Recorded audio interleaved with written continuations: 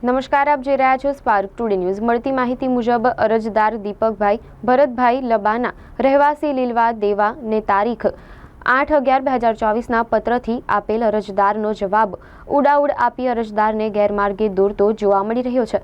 અરજદાર દ્વારા માંગવામાં આવેલી માહિતી ખોટી કચેરીમાં અજાણ હોવાના કારણે માંગેલ માહિતી હોય તો તેવા કિસ્સામાં માહિતી અધિકારીના કાયદા હેઠળ તેવી અરજીને જે તે કચેરીને તબદીલ કરી અરજદારને જાણ કરી તે કચેરી ખાતેથી મેળવી લેવા જણાવવાનું હોય છે। તેમ છતાં અરજદારને માહિતી અધિકારીના નિયમ વિરુદ્ધનો જવાબ અરજદારને ગેરમાર્ગે દોરતો જોવા મળ્યા છે।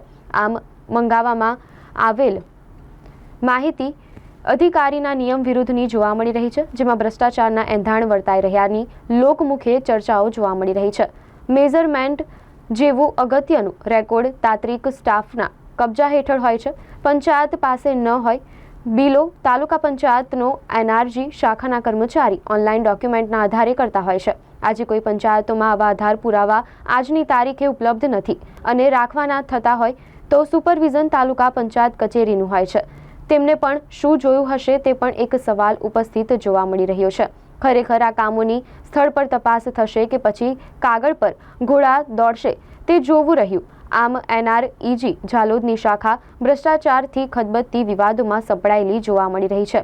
તાલુકા પંચાયત કચેરી ઝાલોદની એનઆરજી શાખાના માહિતી અધિકારી હેઠળ આપવામાં આવતી માહિતી અધિકારના નિયમ વિરુદ્ધ આપતા જોવા મળ્યા।